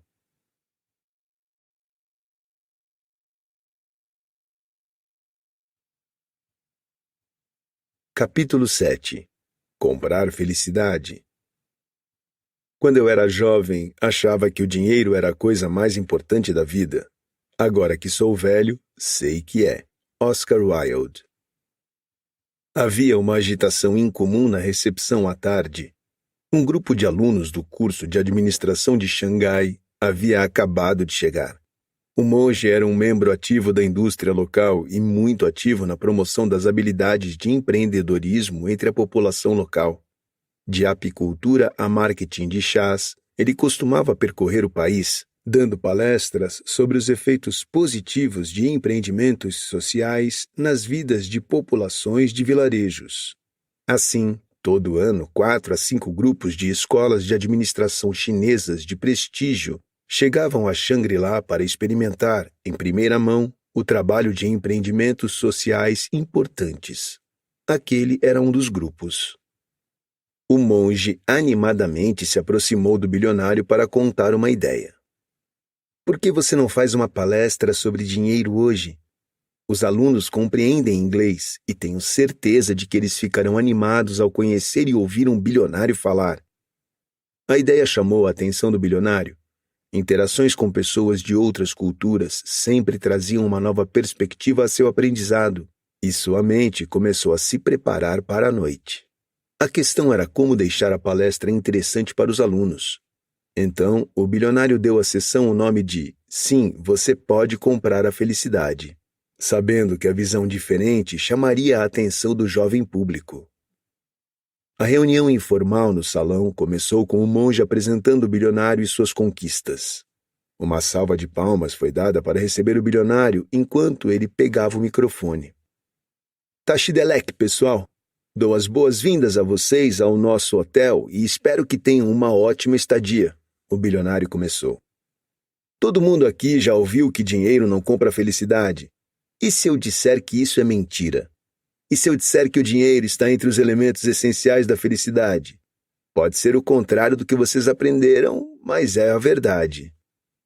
A plateia ouvia atentamente. Deixe-me explicar. O dinheiro e a felicidade são conceitos muito maiores e amplos do que a maioria das pessoas entende. A felicidade não é indulgência. E o dinheiro não é apenas ter recursos. O bilionário fez uma pausa para que a plateia pudesse entender o que ele havia acabado de dizer. É importante distinguir entre dinheiro como um conceito e a busca desenfreada por dinheiro como uma ação. Esta certamente não é desejável, mas a primeira é essencial. O dinheiro é parte integral de nosso quociente de felicidade. É um de muitos outros componentes que fazem uma pessoa feliz. É um bem importante de se ter. Mas é o único componente? Não. Sons de aprovação começaram a ser ouvidos vindos da plateia. Na verdade, o dinheiro como um conceito é formado por 4 dimensões. Quando você aprende a respeito dessas 4 dimensões, nota que o dinheiro é um conceito muito maior do que aquele normalmente compreendido, e o elo entre felicidade e dinheiro é inevitável. Quando comecei minha carreira, eu acreditava que existiam 2 dimensões de dinheiro, ganho e consumo. Assim, eu nunca conseguia encontrar felicidade nas quantias grandes ou pequenas que eu tinha. Mas conforme meus cabelos foram ficando grisalhos, comecei a aprender a respeito das outras 2 dimensões do dinheiro. E, desde então, comecei a equilibrar as 4 dimensões, e a vida tem sido cheia de felicidade comprada pelo dinheiro. Hoje vou compartilhar esses 2 aspectos ignorados com vocês. A animação na plateia era clara. A ideia de inesperadamente receber segredos relacionados a dinheiro de um bilionário deixou todos interessados. O bilionário continuou depois de tomar um gole de água. As 4 dimensões do dinheiro são renda, economia, investimento, consumo. Renda, salário, dividendo, lucro, juros, taxa ou compensação se referem à mesma coisa. É a recompensa de nossos esforços paga em dinheiro ou espécie. É o elemento mais visível e instantâneo do dinheiro que todos compreendemos. Trabalhamos, ganhamos. Equação simples. No entanto, a renda por si só não é dinheiro. A renda é apenas um dos 4 pilares do dinheiro. No momento em que começamos a equalizar renda com dinheiro, perdemos o rumo. É por isso que ouvimos diversas pessoas reclamando que, por mais que ganhem, não conseguem ser felizes. A verdade é que elas não têm compreensão de que a renda não é dinheiro. Podem estar gerando fluxo de caixa, mas não estão ganhando dinheiro. A renda é o que você ganha. É uma das dimensões do dinheiro, e o dinheiro em si é apenas um componente da felicidade. Como é possível esperar ter felicidade quando se tem apenas uma renda? Esse conhecimento é o primeiro fator de diferenciação entre a felicidade e a tristeza que vem do dinheiro. Agora, passemos à segunda dimensão do dinheiro, o consumo. É um uso bem praticado da renda. Alguns de nós vivemos para isso, outros morrem disso. Risadas foram ouvidas no salão. A maioria de nós analisa o consumo da renda como fonte de felicidade vinda do dinheiro. Se podemos comprar o que queremos, acreditamos que seremos felizes. No entanto, quando o consumo da renda deixa de nos fazer felizes, rapidamente dizemos que o dinheiro não pode comprar a felicidade. Essa é a segunda vez em que cometemos o mesmo erro, ou seja, usamos uma dimensão para definir a felicidade.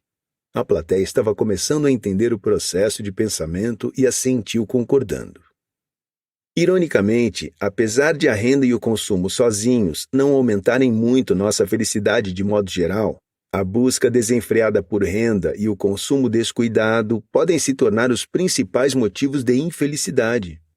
Assim, eles podem dar menos felicidade, mas, se abusarmos deles, eles tiram a felicidade de modo desproporcional.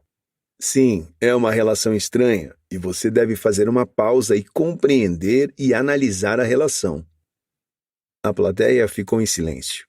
Provavelmente estavam assimilando as grandes ideias. O monge ficou sentado no canto, sorrindo. Ele sabia que o que os alunos estavam aprendendo ali naqueles poucos minutos era mais do que aprenderiam nos 2 anos inteiros de curso. Agora vamos falar sobre as 2 dimensões secretas, mas essenciais do dinheiro e de como elas moldam sua felicidade. Essas 2 dimensões são a fonte real de felicidade vinda do dinheiro. Por isso, ouçam com atenção, disse o bilionário, que agora tinha se tornado um magnata dos negócios, como era e exigia e recebia a atenção total da plateia. Os jovens acham que as economias são para os idosos. Os idosos se arrependem de não ter pensado nisso em sua juventude. Como as economias são um uso voluntário do dinheiro, diversas pessoas escolhem ignorá-la. As economias são a terceira dimensão do dinheiro. A maioria de nós não consegue ver a utilidade das economias, até chegarmos ao estágio em que precisamos de economias. Então, é aquela dimensão do dinheiro que só vemos quando precisamos. E como dizem, se você não se planejou para isso em um dia de sol, não vai conseguir em um dia de chuva. Todos devem ter um plano e grande disciplina para economizar dinheiro. É preciso lembrar que as economias são diferentes de investimentos, algo que abordaremos mais tarde. É, portanto, sempre bom conferir suas economias de acordo com os seguintes parâmetros. 1. Liquidez. As economias devem ser altamente líquidas, isto é, você deve ser capaz de ter o dinheiro em mãos depressa e com o menor custo. 2. Acessibilidade.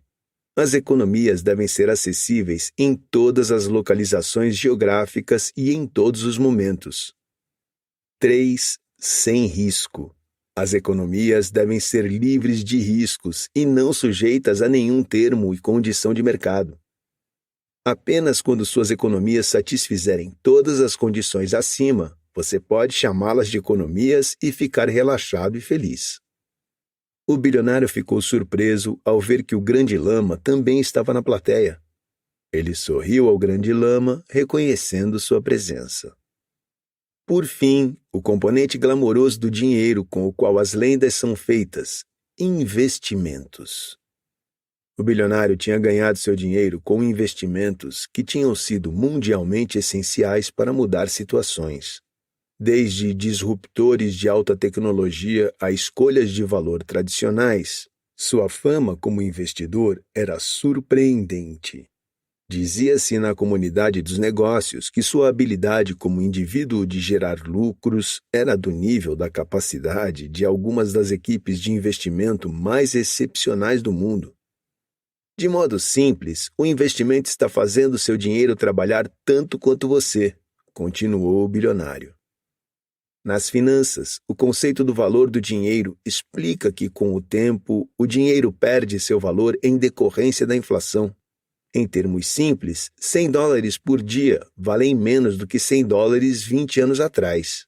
É por isso que, quando você se reúne com os idosos de sua família, eles falam com carinho de como podiam comprar muita coisa em sua época pelo preço que pagam em um pacote de biscoito hoje. Histórias exageradas, mas a ideia é a mesma. Com o tempo, o dinheiro perde seu valor. É, portanto, importante que você faça seu dinheiro trabalhar e crescer para que ele mantenha o ritmo com a erosão de valor. Vou tentar dar a vocês algumas regras sobre investimentos. Compreendam os conceitos por trás delas e usem-nas no mundo real. Pode ser que queiram anotá-las. Algumas pessoas procuraram papel e caneta, outras simplesmente começaram a gravar o que dizia o bilionário com seus telefones. Geração Z, pensou o bilionário. Regra número 1. Risco-recompensa. Esta é a regra de ouro de todos os investimentos. Quanto mais alto o risco, mais alto o retorno. Toda opção de investimento oferece um retorno condizente com seu perfil de risco. Se alguém disser que o investimento é tão seguro quanto um depósito bancário, mas oferece um retorno mais alto, é mentira. Quanto maior o risco, maior a possibilidade de perda de capital, dinheiro investido. Compreenda seu perfil de risco com base em sua idade, exigências pessoais, exigências familiares e fluxo de renda. A maioria das pessoas costuma se comportar como Mel Gibson em Coração Valente e superestimam sua capacidade de risco.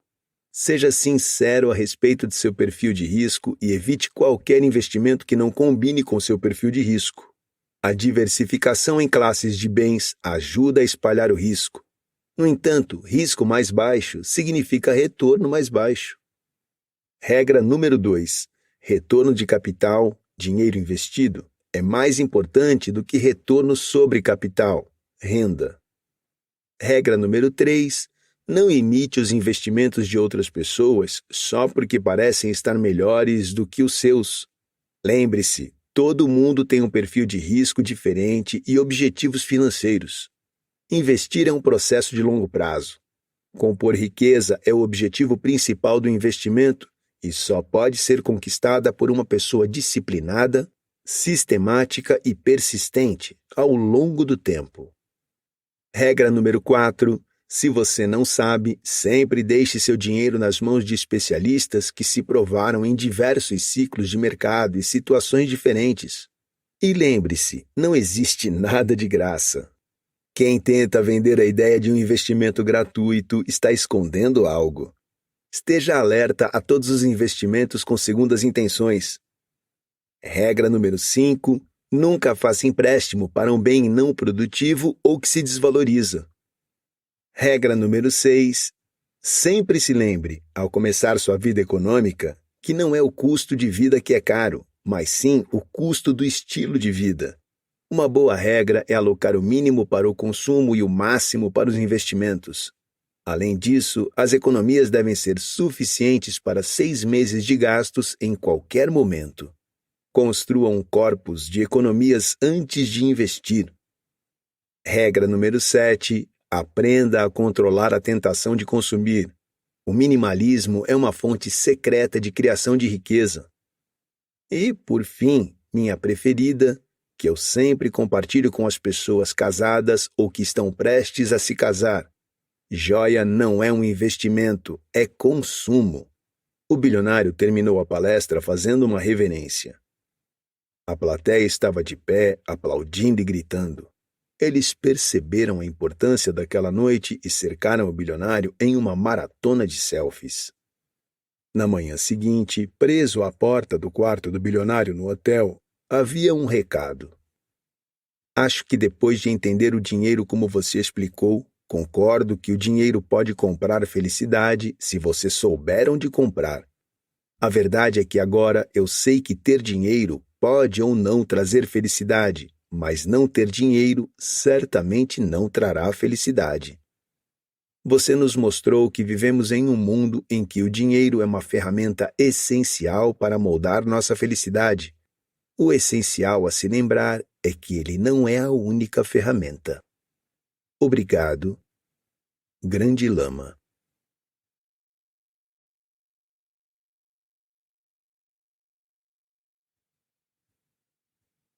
Capítulo 8. A volta para casa. A história do monge. Nas relações humanas, a gentileza e as mentiras valem 1000 verdades. Graham Greene. No ano 1993, um grupo de refugiados tibetanos vivendo em McLeodganj, na Índia, decidiu voltar à sua terra natal. Eles não tinham nada contra o governo da Índia e tratavam a sua santidade, o Dalai Lama, com o respeito dirigido a um deus, mas simplesmente estavam cansados de viverem uma vida sem Estado. Com as bênçãos de sua santidade, o Dalai Lama, eles escolheram assumir o controle de suas vidas e decidiram que estava na hora de voltar e reconstruir sua vida na terra de seus ancestrais. O clã dos guerreiros Kampa, ao qual o monge pertencia, tinha chegado com sua santidade como seu exército oficial em 1959. Ele tinha um passado glorioso, mas agora só restavam lembranças. O monge, que tinha um futuro brilhante na hierarquia monástica em McLeodganj, despediu-se de seu professor e deixou a vida de monge. Em seu coração, ele sabia que nunca deveria ter se tornado monge. Aquela era a sua oportunidade. Ele se uniu ao seu Pala, pai, quando os guerreiros Kampa se retiraram para começar a vida na Terra Antiga, o Tibete. Surpreendentemente, o governo da China os recebeu de braços abertos. Eles receberam terras e empregos no governo. Para o governo da China, eles eram cidadãos que tinham voltado para casa.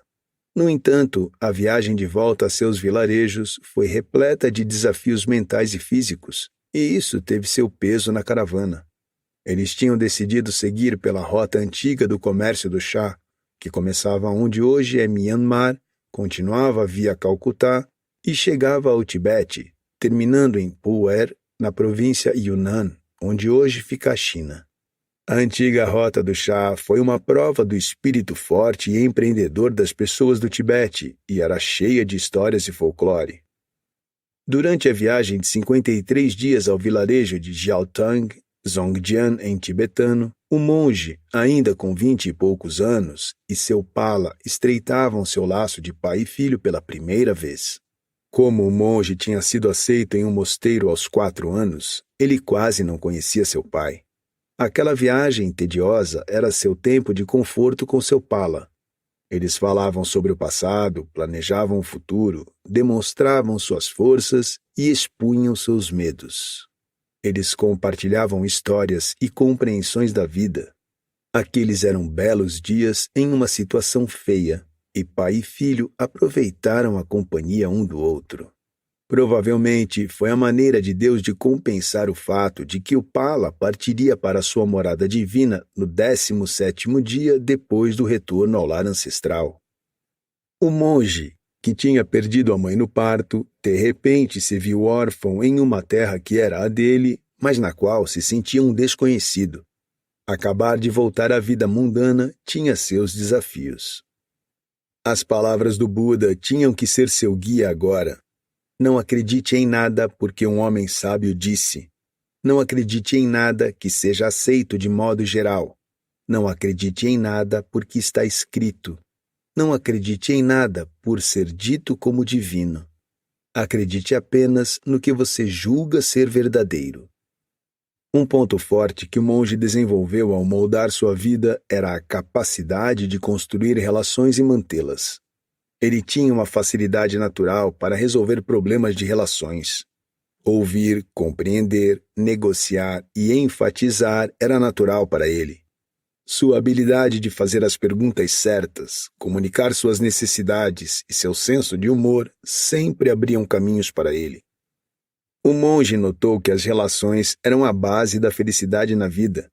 Como os humanos são animais sociais, seguimos em um círculo de relações, algumas que herdamos e outras que criamos.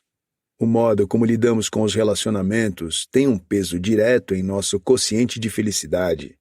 As relações rompidas podem ser um peso grande em nossa felicidade. As relações amarguradas estão entre as maiores razões para a infelicidade em nossa vida.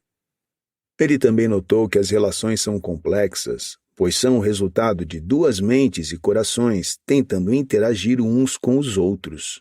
A linguagem corporal, a comunicação verbal, a comunicação digital, as limitações geográficas, ações, não ações, eventos externos, situações físicas e muito mais elementos controláveis e não controláveis influenciam e definem qualquer relacionamento.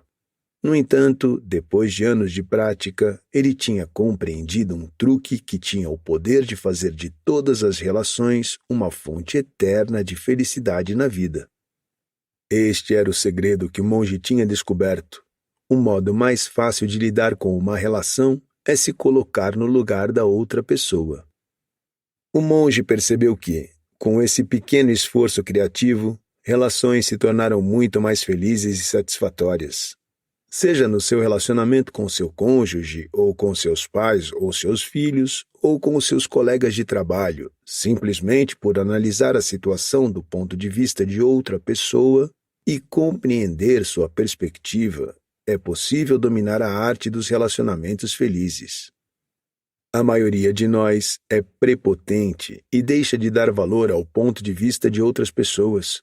Mas ao fazer isso, às vezes, descartamos as pessoas mais valiosas de nossa vida e alcançamos a infelicidade, outra tragédia humana. Em um mundo que estava ruindo por causa de relações fracassadas, o monge havia encontrado seu nicho. Rapidamente começou a aplicar esse conhecimento e ganhou fama de excelente negociador.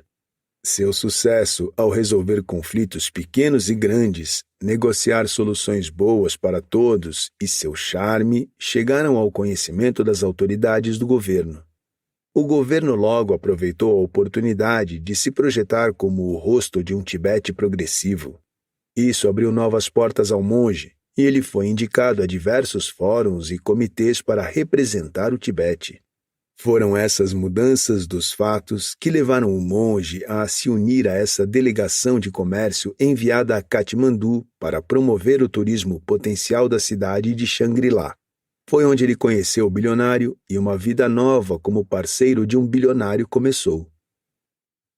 O monge estava olhando para sua mandala de meditação, mas seus pensamentos estavam focados nos acontecimentos das últimas semanas. Fascinantes últimas semanas. Quando você sente que viu tudo e aprendeu tudo, o divino envia a você um novo currículo, mas novo. As novas perspectivas sobre a felicidade que o Guruji e o bilionário compartilharam nas últimas semanas aumentaram significativamente meu baú de conhecimento sobre a felicidade. Lembrando de seu compromisso em compartilhar sua lista de truques para a felicidade com o bilionário, o monge logo pegou seu diário e começou a fazer as anotações em um pedaço de papel. O monge adorava os americanos por seu dicionário de gírias.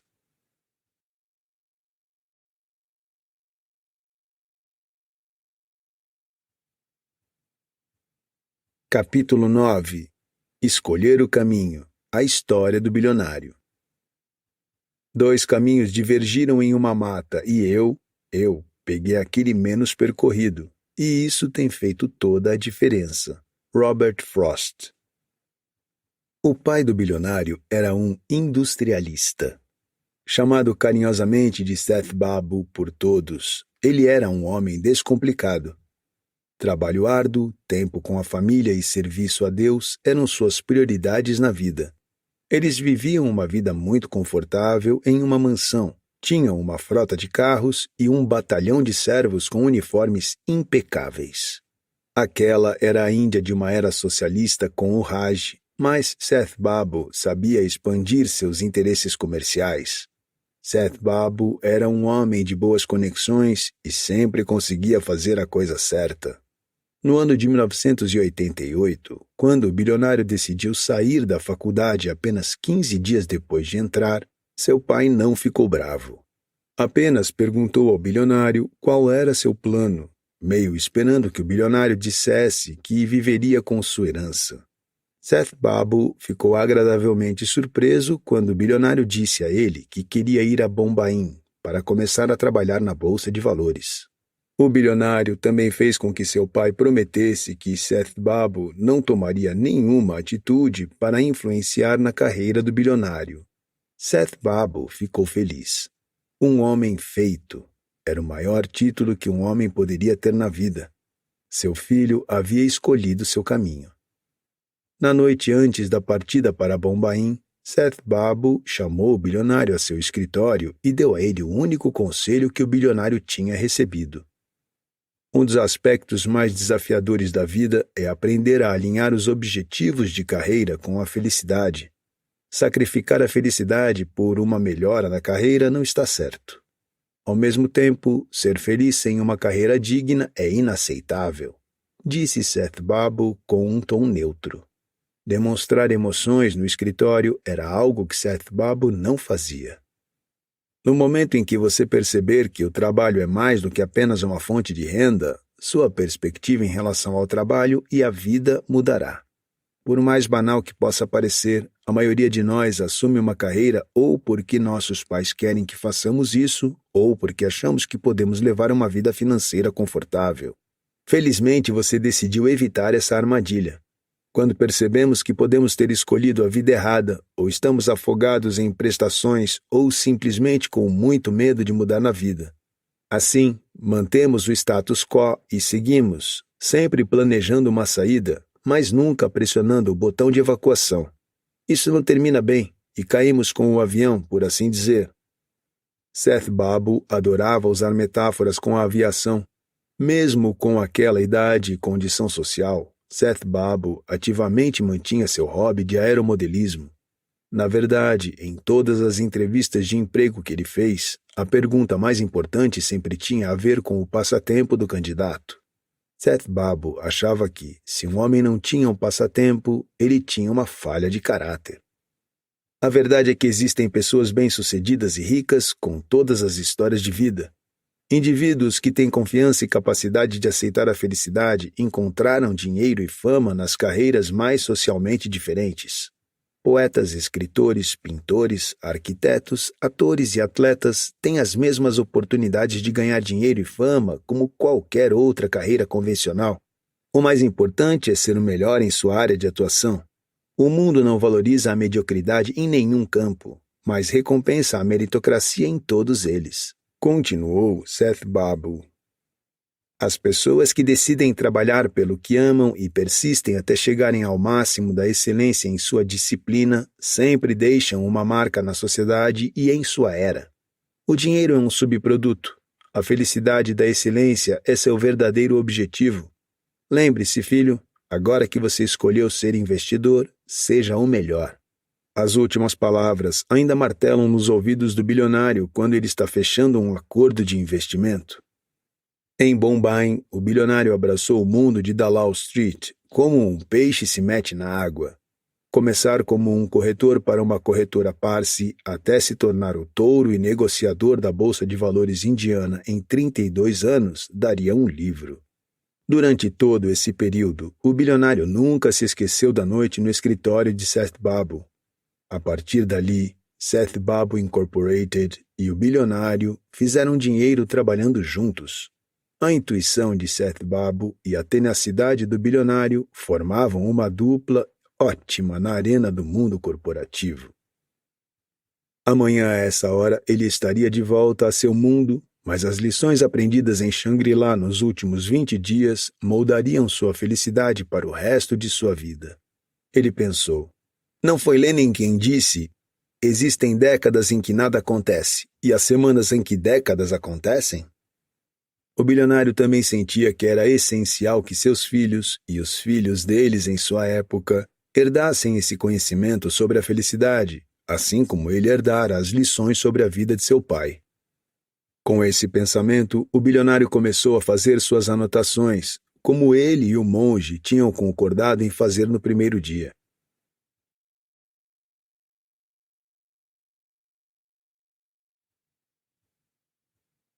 Capítulo 10.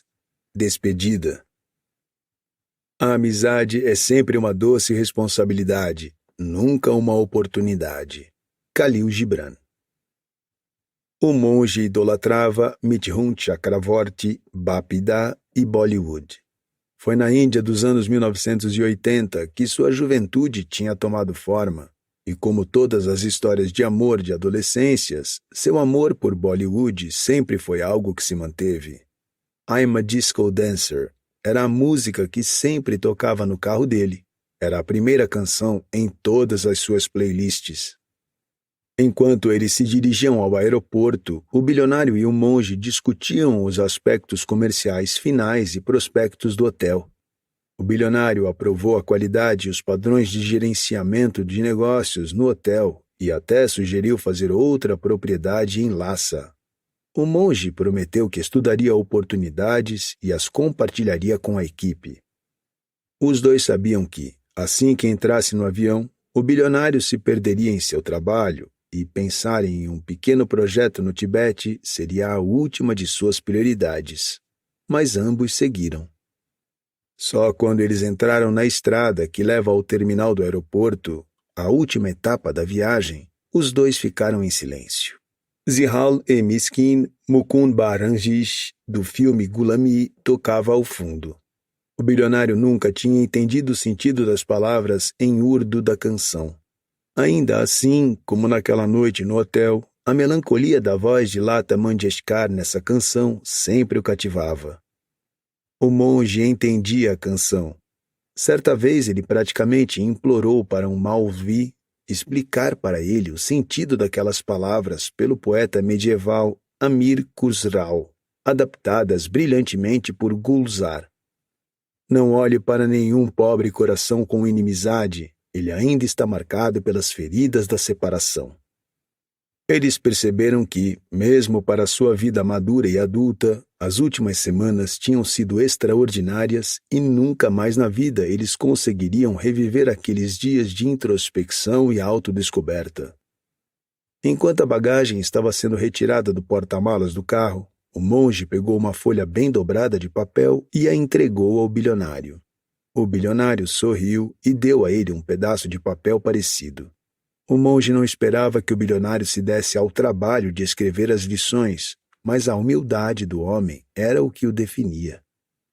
Uma lágrima rolou para dizer obrigado. Era hora de dizer adeus, parceiro.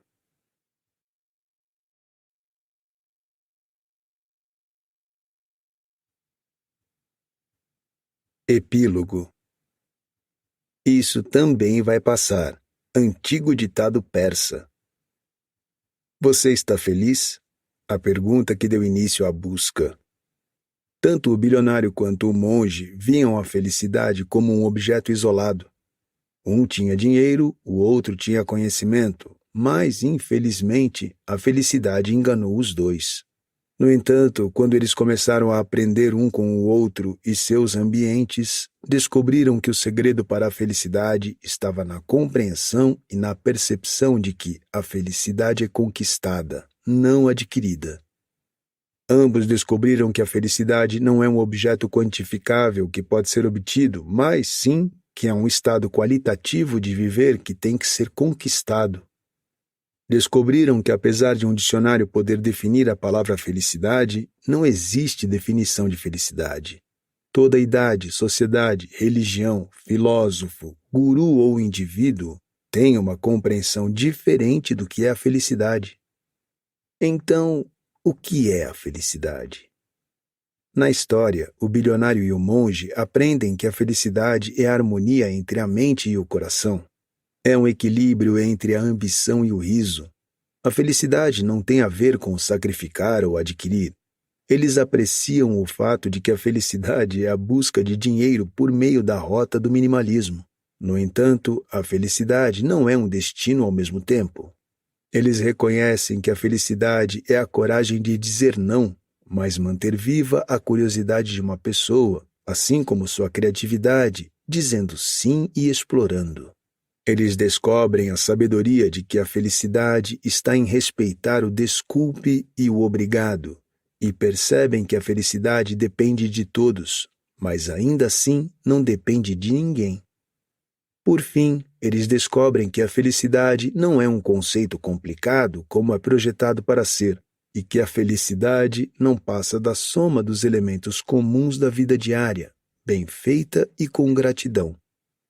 Agora, quando tem que responder "você é feliz?", os dois compreendem verdadeiramente a pergunta e sabem a resposta.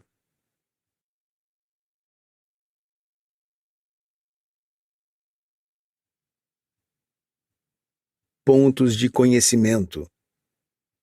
Felicidade é quando o que você pensa, o que você diz e o que você faz estão em harmonia. Mahatma Gandhi. As anotações do bilionário. 1. O minimalismo ajuda a desentulhar o espaço mental e o físico. 2. Uma mente sem entulho leva ao foco, à consistência e à disciplina na vida. 3. Qualquer coisa que ajude você a se conectar com o seu eu interior é meditação. 4. Viver em harmonia com a natureza é, em si, fonte de felicidade. 5. Guardar mágoas é solo fértil para as ervas daninhas da infelicidade crescerem. 6. Ser sábio, mas alheio, é essencial para a felicidade. 7. ninguém pode dividir sua doença ou dor física. 8. Ambição, paixão e trabalho árduo multiplicam a felicidade na vida. 9. O senso de humor é um valioso ímã de felicidade. Os aprendizados do monge sobre a felicidade. 1. Objetivos bem definidos são essenciais para a felicidade. 2. Manter uma lista de afazeres aumenta a produtividade e a confiança. 3. A tecnologia é uma ferramenta e não deve se tornar o mestre. 4. Ser grato pelo que você tem é mais importante do que culpar os outros pelo que você não tem. 5. Culpar multiplica a negatividade da derrota. 6. Aprender a dizer não é essencial para ser feliz. 7. Dinheiro igual a renda mais economias, mais investimentos, mais consumo. 8. Os relacionamentos que se baseiam em respeito atraem felicidade. 9. Pedir é a chave para receber.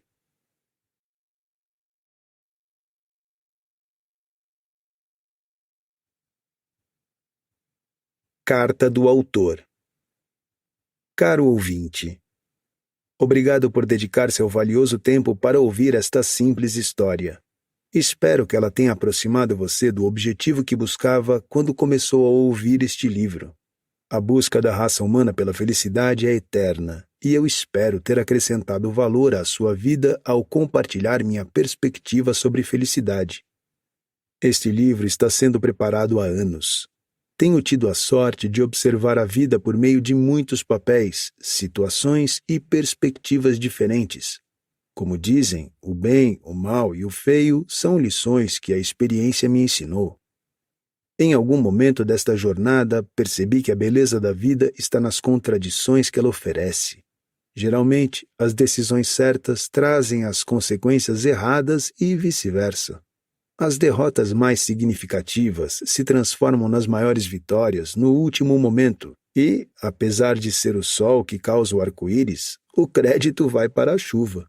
É, portanto, essencial sempre ser grato pelo que a vida dá e manter o senso de humor, mesmo nos períodos mais cansativos, porque a vida tem mente própria, que está além do domínio do controle. Por maior que um desafio possa parecer, a perseverança humana sempre será maior. O bilionário e o monge vivem dentro de nós, a mente e o coração. Todos os dias enfrentamos o dilema de equilibrar a voz da mente com o chamado do coração. A mente vê e o coração sente, e é a harmonia entre eles que nos dá felicidade. A felicidade está no equilíbrio. Espero que as lições compartilhadas nesta história ajudem você a conseguir essa harmonia e felicidade. É essencial se lembrar de que não importa o que tenha acontecido no passado, nem onde esteja você sempre pode começar do zero. O futuro depende de hoje. Todo amanhã começa hoje. Por fim, se este livro ajudou você em sua busca por felicidade, compartilhe seu conhecimento com os outros. Precisamos ajudar as outras pessoas a verem a beleza da vida além do peso de nossas lutas diárias e ajudá-las a aprender que o primeiro passo para um mundo feliz é ser feliz. Eu adoraria saber quais são suas visões a respeito deste livro. Você pode me enviar um e-mail no endereço vibor.kumarsim@gmail.com e dividir suas opiniões sobre a história. Você também pode visitar nosso site www.viborkumarsim.com para saber mais detalhes. Obrigado. Com os melhores cumprimentos, Vibor Kumar Singh. Obrigado por escutar.